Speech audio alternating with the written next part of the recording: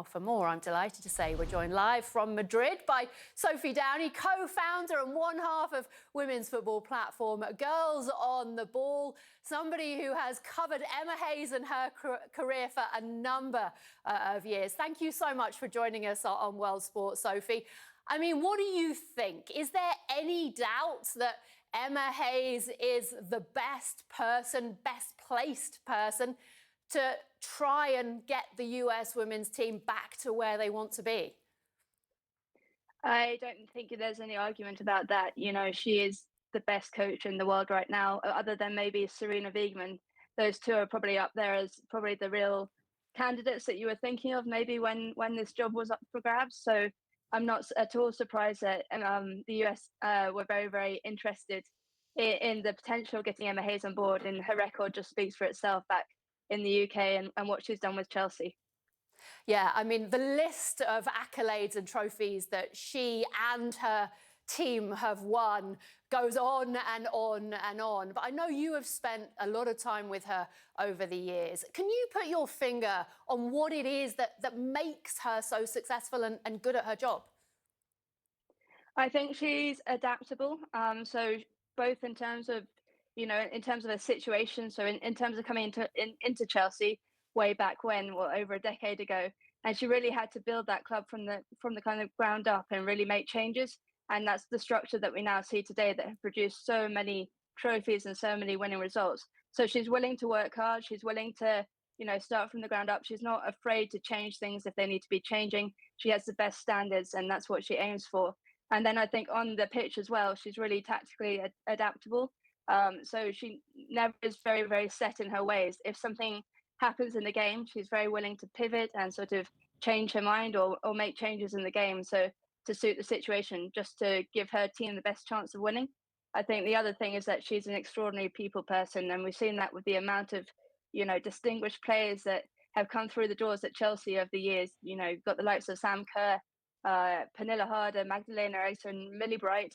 You know, she's handled a whole lot of stars and made a dressing room, a very competitive dressing room, a very happy place to be, I think. And she manages those relationships really well.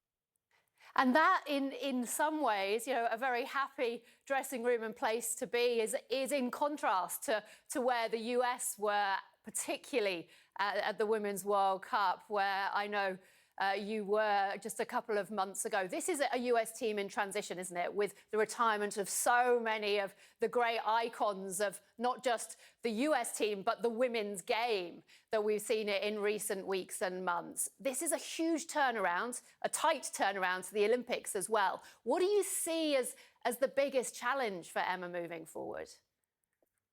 I think it will be the pressure that Olympics brings. You know, she is with Chelsea until the end of the season. That gives her 2 months for the Olympic preparation.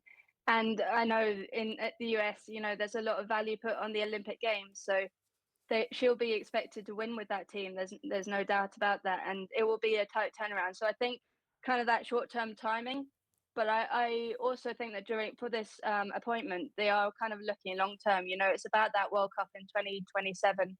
I think that's where the focus is. They want to win that again, and trying to transition a team from, you know, like you're really seeing a changing of the guard, as it were, right now in terms of like Megan Rapinoe. Probably Alex Morgan is not too far behind, and she's going to have to, you know, make some really tough choices, I think, to start to imprint a mark on the team and bring new players through. You know, there's a lot of young talent within the US system. We've seen it in the NWSL this year. So she's got her work cut out, but I think there's plenty of potential there. Before that, though, of course, the one she has wanted to win for so long with Chelsea is the European Women's Champions League. You were there last night, I know, watching the defending champions Barcelona, but you're heading to Chelsea's game against Real Madrid later. What do you think are Chelsea's chances, given the strength of the rest of the field at the moment? Well, we all know that it's definitely the one medal missing from her, you know, large array of medals at Chelsea. She said it many a times in press conferences, that it's not missing from her life. She did win it as an assistant coach with Arsenal under the Vic Akers years. So she's very adamant that she's got that medal and she's very happy. But we all know that for Chelsea, it is the one thing that is missing. I think it's going to be tough. It gets tougher every year in Europe, especially when you've got the likes of Barcelona who are just so good. But Chelsea have been getting closer. You know, they pushed them in the semi-final last year. Barcelona. They had a really good performance at Camp Nou. And Emma Hayes really, you can tell in her transfers over the summer, she really builds with that in mind, with Europe in mind. She brought in the likes of like Ashley Lawrence over the summer, who has really good pedigree, champions as well. So every piece of the puzzle is meticulous for Emma Hayes, I think, in terms of working towards this goal. They will need to get through the group stage. It is a tricky group.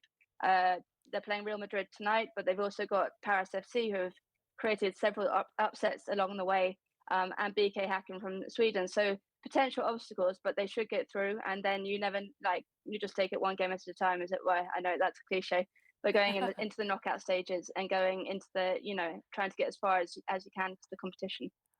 Yeah, it promises to be a fantastic competition. Not only Barcelona, Paris FC, who you mentioned, we've got more on them coming up later in the show. We haven't even mentioned Lyon, of course, with that 9-0 win last night. But Sophie, great to speak to you. As always, thank you so much for your time.